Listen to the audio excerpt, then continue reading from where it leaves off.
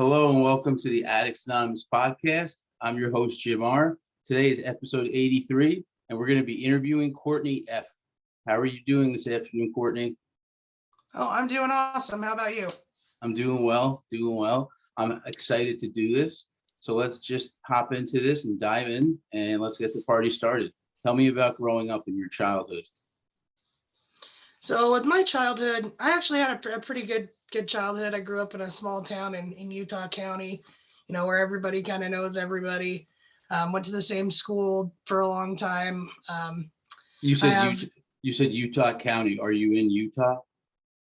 Yeah, Utah County. Yeah. Okay. Little small county just south of Salt Lake. So out of the big stuff. And yeah. So I have 3 siblings. I have an older brother, a little brother, and a little sister.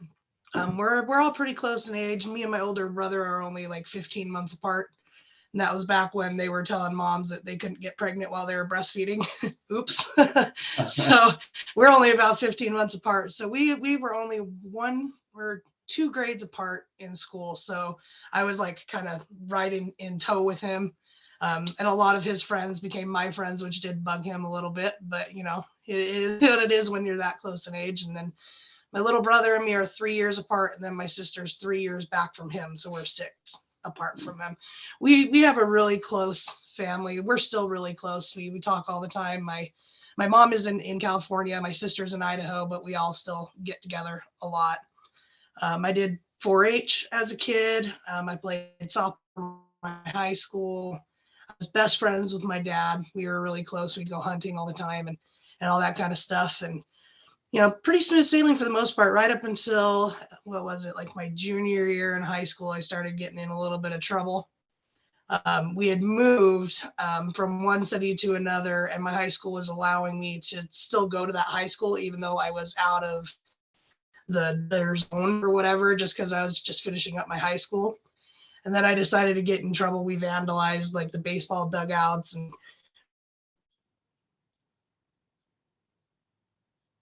broke a bunch of crap and lost a bunch of data. I went to 3 different high schools and got kicked out of each one of those for causing issues or just plain not showing up. There was a boy that I was in love with. I'd get dropped off at school by my parents, and he would come and pick me up and take me to his house, and then he would go to work, and I'd hang out there all day until I got home from work, and then we'd hang out and he'd take me home at night. And we ended up actually getting married, and he's the father of my child. But I mean, I guess that's pretty well with my child. Well, my family also, we were, Utah has that stigmatism of Mormonism, right? Yeah. So we were, pretty into the church from about the time I was maybe 6 or 7. I was baptized and all that stuff. And up until maybe when I was about the time my trouble started, we started moving around and stuff when we weren't so into the church. And now my family is completely different than what they were before. My mom drinks and smokes pot, and my dad plays tons and tons of poker. They were living in Vegas a little while ago, so they were living it up down there. My whole family drinks, and it still throws me off when my mom will drop the F-bomb. And I have to take a second to remember that's who she is now. Yeah. And my dad will swear sometimes too. So they used to be Mormon, is what you said. Oh yeah. We were really Mormon. My dad held an office in the church, and my mom did young women's and all that. So yeah. I was going to ask how long, do you remember how long your parents were Mormons? Was it like a long-term thing, or was it like, maybe it just started around the time you were remembering? So no, I just remember I was little, and my mom was having some big like dramatic issue and feeling really depressed and whatever, and had prayed, for a sign or whatever. And then the missionaries came and knocked on the door right that moment. So she took that as a sign from God, whatever. So I was little, and like I said, I was baptized and everything. I went through young women's camp, so up until when I was a teenager. So we were probably in the church for a good 12 years or so. Okay, so pretty long term. Yeah, we have nothing to do with it anymore. We all joke about the floating astronaut in the sky that everybody prays to and whatever. And if people here are LDS, I'm in no way harshing your belief system or your religion at all. It's just how my family does stuff now. Yeah, a little bit different. Yeah. Did you learn anything from doing the Mormonism thing? Any lessons you took away from it? Well, I mean, with the LDS, it's the same, pretty much as any other religion. Don't lie, don't cheat, don't steal, don't kill, treat other people how you'd like to be treated, have that honor system and integrity, which, I mean, I still definitely believe in doing that as a person, but a lot of the other things with the literature that they read and stuff like that, it's really not telling, in my opinion, it's really not telling the things that people are taking it as, because it's all stories and metaphors, and so you just kind of take out of it what you take out of it, and people tell you this is what it is, and so for me with the church, it was when they really started cracking down on gay marriage and people who are homosexual in the church, and started like excommunicating people. I don't know if you remember that because you're not here in Utah, but it was a big thing when they legalized gay marriage. The church really cracked down on its gay members, and they Really? basically said, you can be gay, you can have those feelings as long as you don't act on them. So, as long as you're miserable your whole life and not being the person that you really are, then you can Yeah, I still was be gonna a say part that of our church. it doesn't sound like too much Yeah. fun. Yeah. So they've lightened up on that now, because it was, you were just excommunicated. Children of gay parents were not allowed to be baptized, or anything like that. And I hadn't been a part of the church for a while when this had started, and I was like, I wonder what would happen. And I made an appointment with the bishop in my area. I had never met the guy, never been to church there or anything, but I made an appointment with him, and I went in and I told him, I'm gay. And he's like, well, do you act on that? Do you have any desire to stop acting on it? I was like, no, I'm going to go and kiss my girlfriend as soon as we're done with this. I was very, very arrogant about it. And, just kind of mostly trying to prove a point, more or less. And so he was like, okay, well, yeah, I got to excommunicate you. And he sent a letter to the temple to excommunicate my membership. And I've had my records removed from the church since then. But what they've changed now is, I mean, you still can't be a member of the church if you're acting on your gay intentions, but children of gay people can be baptized. But in order to do that, they have to basically disown their parents. Say, yeah, you're not my true parents, and then they can be baptized. I had to deal with that with my daughter when she turned 8, because all of her friends were getting baptized and stuff. And I had to kind of try to explain that to her without like making a decision for her. It was kind of a sensitive topic with my daughter, just trying not to like be the parent that goes, no, that's wrong. You're being stupid. No, you're not doing it. Just trying to give her information to make her own decision. It was kind of a sensitive, conversation with her.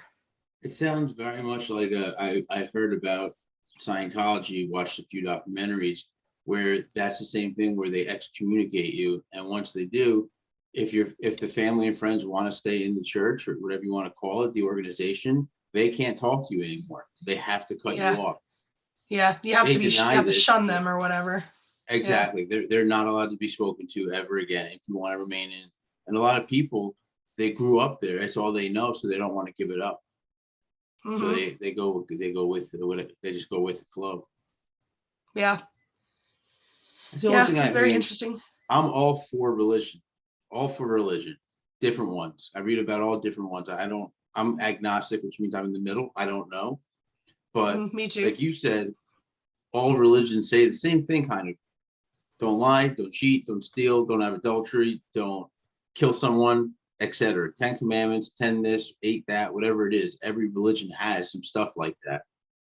Mm-hmm. But yeah, sometimes people could take it and do the wrong things with it. Yeah.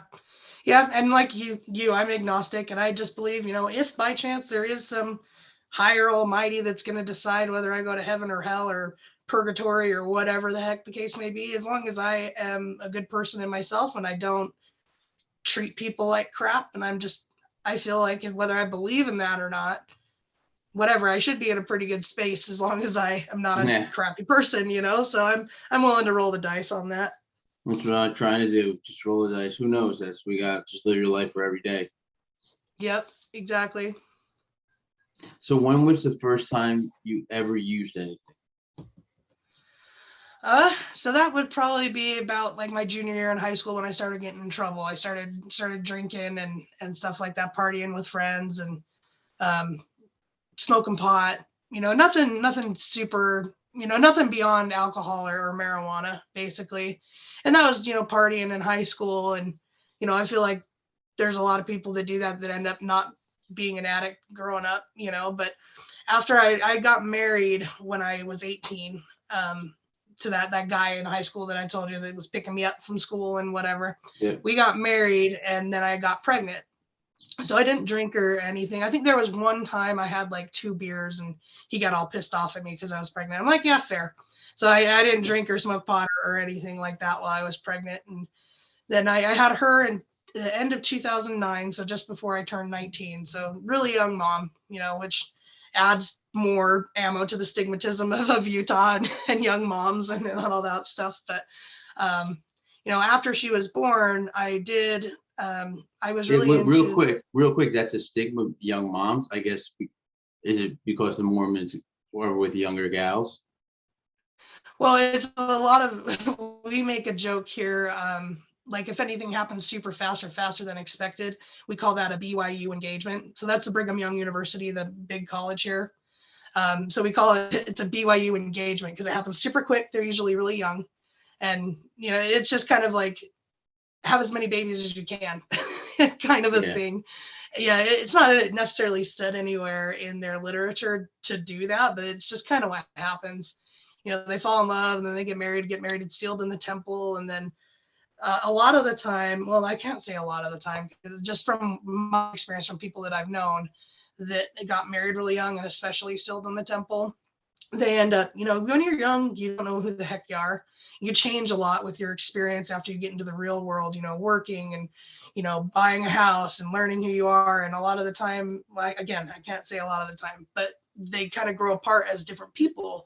But then they have this higher obligation of I'm sealed into the temple with this person. They end up miserable, because they be getting divorced, especially after you've been sealed in the temple, is, I think it's more difficult to do, especially because you have to do it through the church. But there's so many stigmas here in Utah. We're the number 1 LDS state. We're the number 1 gay state also. Really? We're also the number 1 state for methamphetamine use. So there's all sorts of contradictions. Yeah. Lots of contradictions here. That's a shame. So you used junior year, it was just beer and marijuana, stuff like that? Yeah, just beer and marijuana. Other stuff started later. Like I was saying, after I had my daughter, I don't know if the same thing happened where you are. I know it happened in several places throughout the country, but they had this thing come out called Spice. Called what? Which they could sell Spice.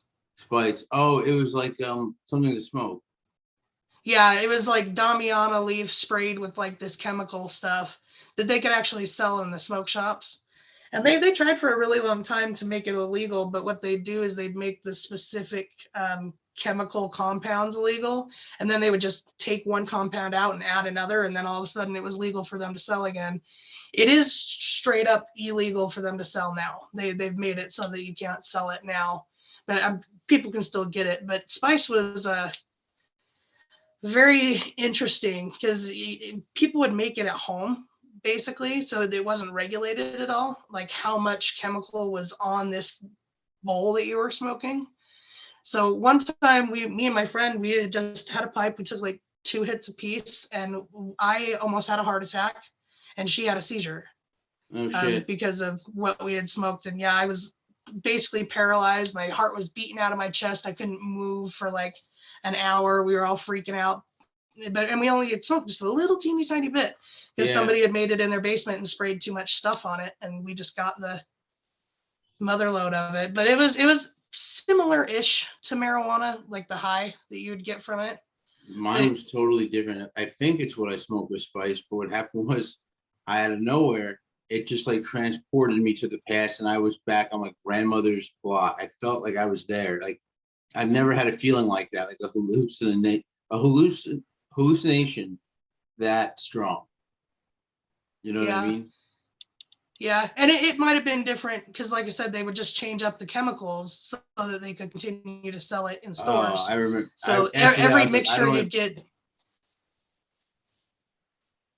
yeah. So it's just like every mixture that you'd get would be different. And then there was also the bath salts. I never did the bath salts, but the bath Me salts either. was like the knockoff of basically meth was my understanding of it.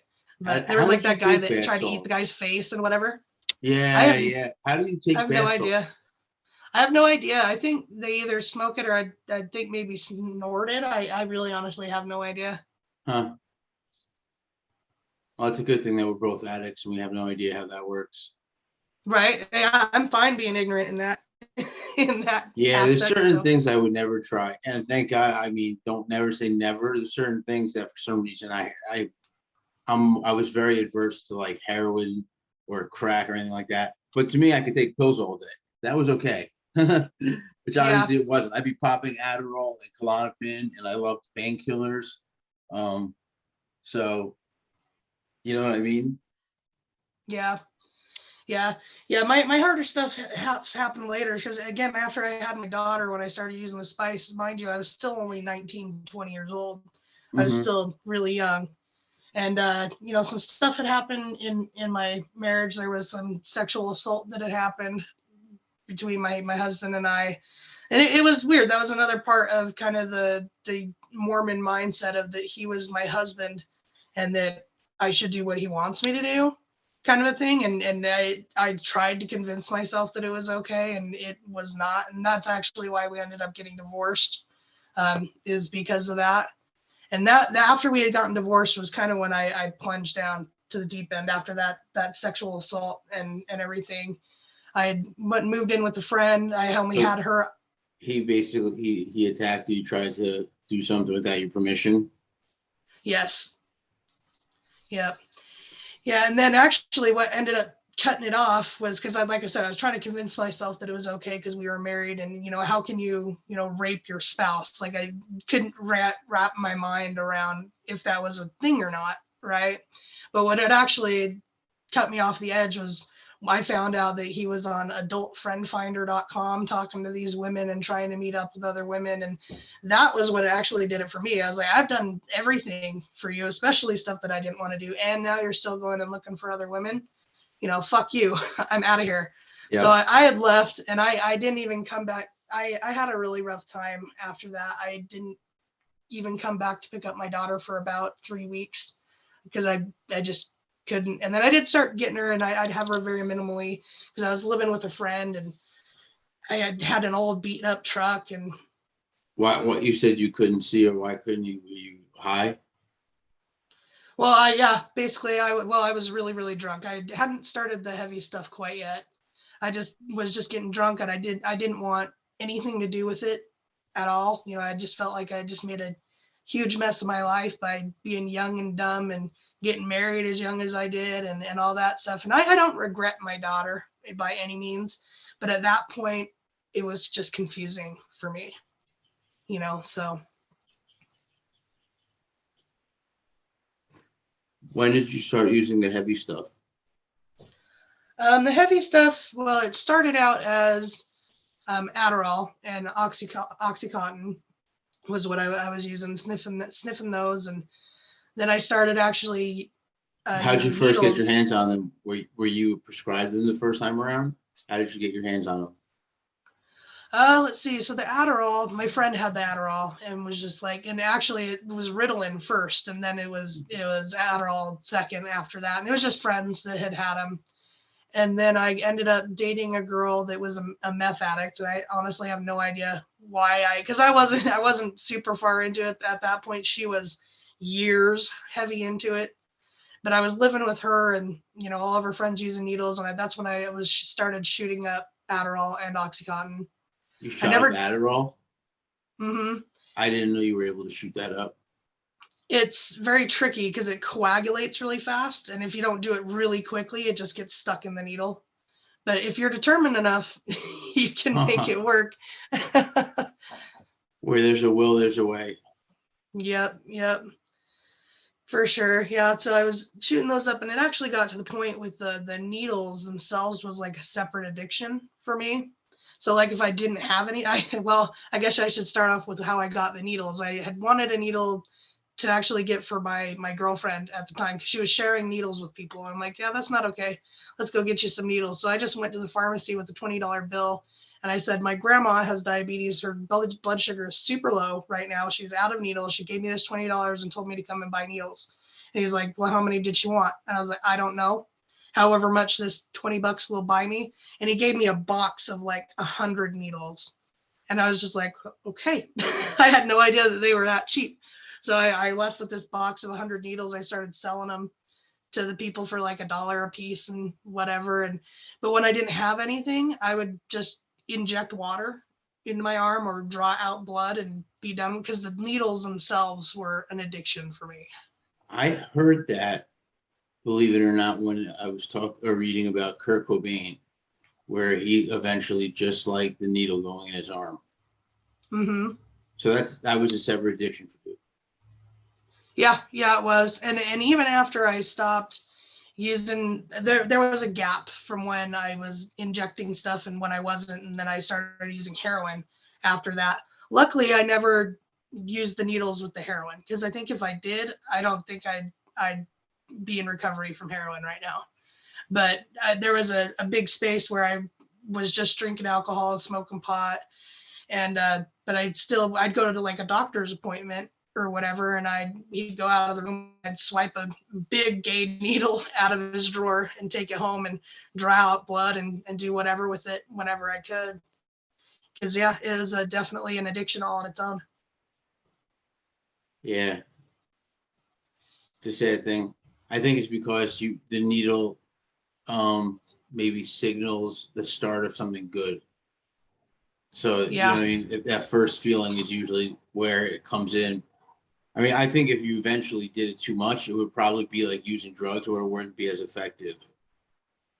Yeah, I believe that. But yeah, just using the needle releases that dopamine in your brain, and and those remembrance chemicals. You go, yeah, remember what used to be in that needle and how awesome you'd feel, and it kind of like placebos yourself Yep. into kind of a medial high kind of a thing. That's a great way to describe it. Yeah.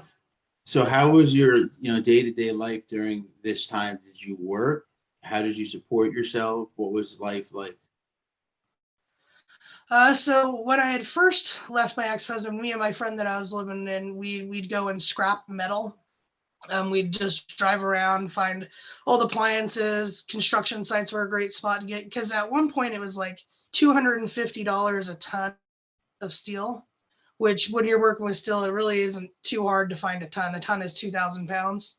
And we'd go down, like, if anybody is listening from Utah County all the way down to like Nephi, Mona, which is like a good, I don't know, 30 miles away or whatever, with big trailers, go around the farmland, pick up all sorts of metal. And we made a lot of decent money doing that. Honestly, we'd make $250, $300 a day, between the two of us, so 150 each.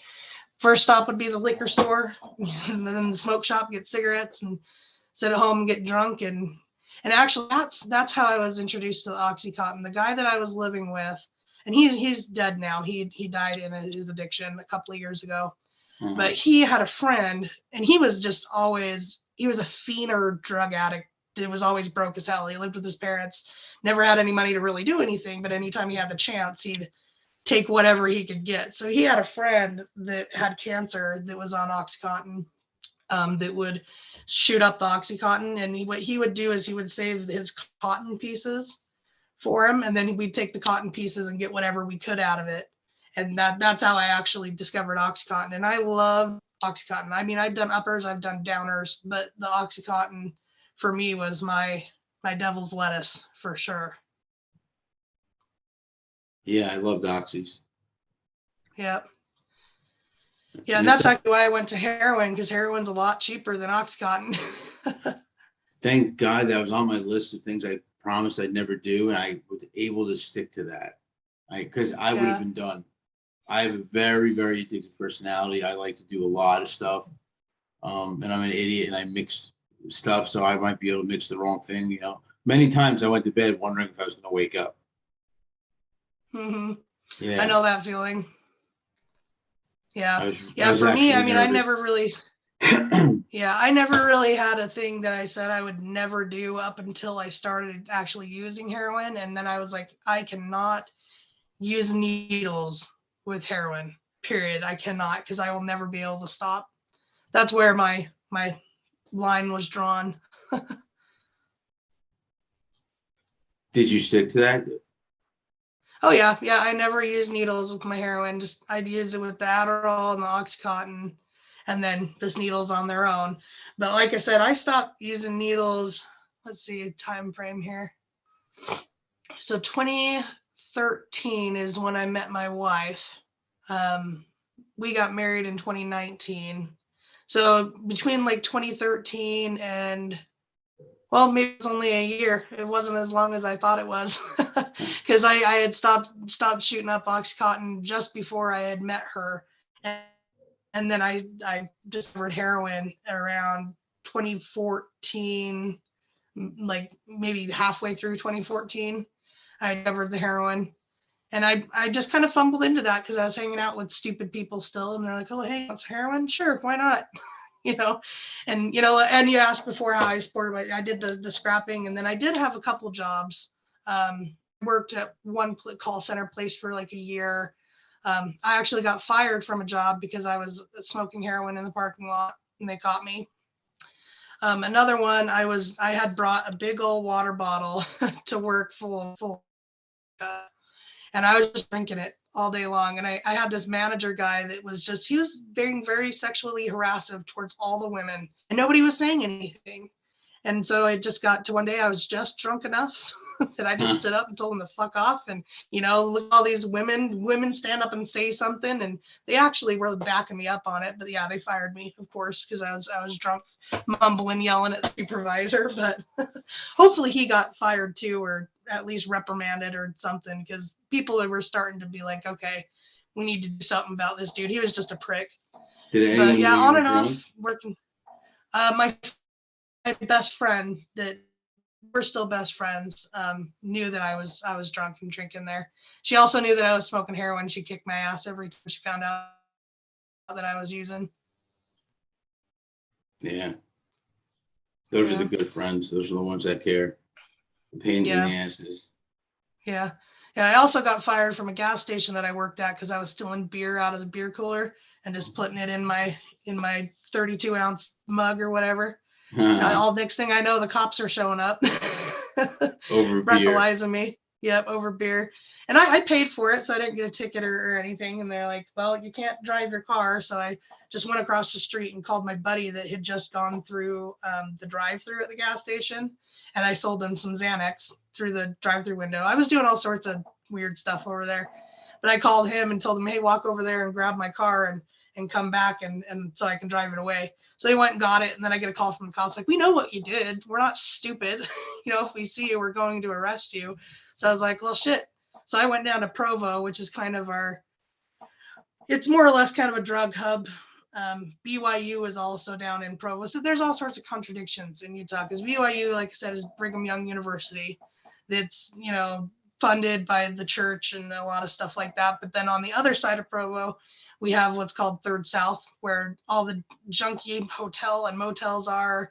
There's a place called the Boulders, which is just like an apartment complex that's notorious for drug use and homeless people and, and whatever.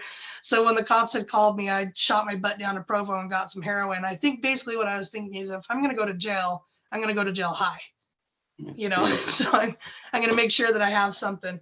But I had stopped right on the border of Provo and Orem is where I was working, where I was living also. And I'd stopped there and I called my wife. She wasn't my wife at the time, but I called her and I told her, oh, I went and bought some beer and I cracked one open and the cop told me if I drive away, I'm going to get arrested. So will you come pick me up? So she came and picked me up. She knows the whole story now, but yeah, so all sorts of crazy stuff. And then it really started ending. Me and my wife were getting pretty bad. We were both pretty bad into the drinking. And obviously I was using heroin on top of that. And she basically knew that I was using heroin. And at one point, she's like, I know you're high right now. I'm going to find your stash and whatever and prove to you that I'm right, basically. And I just sat there and watched her dig through my shit because I knew that my stuff was in my pocket and she wasn't going to find it. So I just sat there and watched her tear all my stuff apart because I knew it was in my pocket and I wasn't going to get in any trouble. So, but yeah, it got really bad. We had gotten a couple domestic violence charges, each of us, not for hitting each other, but apparently domestic violence is, even if you're like in an argument with a significant other or something like that and you punch a wall or you Yep, throw your phone or anything that can be considered intimidating, that's a domestic violence charge. exactly. I've Yeah. learned that. Yeah, there needs to be some sort of levels in domestic violence, like domestic violence 1, 2, and 3. Where 1 is like you actually hit them. Because Yeah, somebody looks at your record and sees domestic violence, they just automatically assume you're a wife beater. So that exactly. yeah. So we had gotten a couple domestic violence charges for doing stuff like that. And the last time I had just gone to jail, I was super, super wasted, high on heroin. I'd gone to jail 3 or 4 times before this, but I'd gone to jail, and Amber, that's my wife, she had just said, yeah, we're done. My mother came and picked me up from jail. This is the second time she had bailed me out. She picked me up from jail and we went to the house, and I was in my boxers and a wife beater, no bra or anything. I was in, that's how I was taken to jail. Um, and we get to the house and my stuff is in garbage bags out on the front yard. And she said, we are done. And my mom said, you're going to rehab. So I've been to rehab 4 times. So one time I went for like maybe 3 weeks, and I got out and I came back to my wife's house and we started drinking that night. No big deal, whatever. The second time I went to a place called Annie's house up in Salt Lake, and I never met a doctor, never talked to anybody other than the house manager. She had just asked me, what have you been doing? I was like, I drink and I use heroin. She was like, how much heroin do you use? I told her. And they put me in a special room for detoxing, like by myself. And they were supposed to check on me every hour. And I ended up waking up to these 2 attendants shoving pills in my mouth, saying, put them under your tongue, let them disintegrate. And it was Suboxone, apparently. And I don't know hardly anything about Suboxone, but I've talked to other people that use Suboxone regimens to, detox and get off heroin and whatever. They started me off with 6 pills of Suboxone, and then 5, 4, 3, and 2, 1. They were bringing it down like that. And from the people that I've talked to, they have said that is a ridiculous amount of Suboxone that they were giving you. That is a crazy high amount. But in my mind, I was like, cool, because Suboxone gets you high if you take enough, for sure. And I was like, cool, I can be high in rehab. Bring it on. I'm not gonna say no.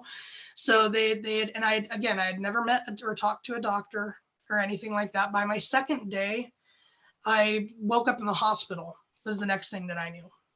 I woke up in the hospital with a tube down my throat, breathing for me. Just super confused. Woke up and saw my mom and my brother, and I had no idea what had happened. Apparently what had happened is they hadn't been checking on me from the times they were supposed to. I had a seizure, and I fell off the bed in between the bed and the dresser. And the doctor said that because my kidneys were in failure and so were my liver. And I straight up almost died because of liver failure, kidney failure. And they had said that I had to have been in just such an odd, awkward, squished position for such a long amount of time that my kidneys failed. So the doctor said that I had to have been laying there for 6 hours at least. And they were supposed to check on me every hour. And I thought that the seizure was due to like alcohol withdrawals. It was not. I had an overdose of Suboxone. No shit. Yep, the rehab facility overdosed me on Suboxone. I had to be life flighted to the hospital, which is, so my dad is a life flight pilot. And so his company is actually the people that picked me up. He didn't fly it because obviously they probably wouldn't allow him to do that, but his crew members flew me. And after that, we had gone to a Christmas party at his crew house because they have like houses they live in while they're on duty. And they all looked at me. They're like, you look so much better than the last time we saw you. We had to clean out the helicopter with a hose. was like, don't tell me that. That's disgusting. But yeah, so they overdosed me on Suboxone, and then I got picked up by a different rehab facility called the Phoenix, and I actually spent about 90 days there.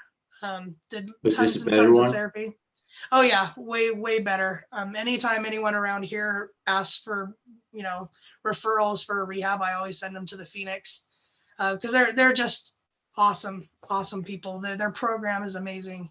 They don't do any kind of like medical detox or anything there. You have to do it somewhere else. Probably for the liability issue that Annie's house did to me. They don't want anything like that going on there. But just their therapist, their program. I had like 3 different therapists that did different, aspects. Like I had one therapist that pretty much did the steps and the step work with me. And then I had another one that did EMDR therapy, which if you don't know what EMDR therapy is, it's really cool. And it helped me a lot with my trauma. It's basically targeted at trauma. So I had someone who did EMDR therapy with me, and then somebody that just did regular, talk therapy with me. And we'd go to meetings and, all that stuff. It was a female only house, and then they had a male only house also. But I spent 90 days there. And the interesting thing with that is there was 3 people that had come in as residents to the rehab that I actually knew from the past. This one chick, we had no idea how we knew each other. We were trying to pin it for like a month. And then finally she was telling a story about she was selling pills and her stepdad had come to the door and banging on the door, and the person that she was selling them to almost stabbed him. I was like, that was me. I almost stabbed your stepdad. So, and we're still friends now, and she's still sober. She's still doing great. Out of the 10 girls that I was there with, 8 of them, or 7 or 8 are still sober, and we're all still friends on Facebook, and everybody's still doing great. And that was 6 years ago almost. So it was a really good program. But when I got out, they put me in a sober living, and I was doing really well, and I don't know what, crazy hair went up my butt or whatever, but I decided, hey, I'm going to try and drink. Let's see what happens with this. And I went and I got a 5th, and I drank the entire thing, and I vomited all over the bathroom and woke up in the morning with a breathalyzer in my face. Oh boy. Yeah. So, but I called the rehab. I called the Phoenix right back, and I was like, I'm afraid that if I do not get back in right now, I'm going to go find some heroin. And they're like, okay, yeah, come back in. So I came back in. I was there for maybe about 3 weeks. And then I graduated again and went out, and I've never touched heroin since. So been in recovery since then. That's a great story. My last question for you is, do you have any advice for people that are listening and watching? My advice for people listening is to understand that everybody's recovery and sobriety journey looks different. Some people use methadone to help with their meth craving. Some people use Suboxone. Some people use CBD. Some people use, whatever that is not their vice, and things like Suboxone and methadone, those things can be dangerous and they can be addicting on their own. But if you take them based on the doctor's orders and you're responsible with them that way, and they're not ruining your life, they're not causing you to steal more or lie or cheat, and you're able to hold the job and keep your house and be happy, do what you have to do, and don't let people tell you that you're not in recovery because your recovery looks different than their recovery.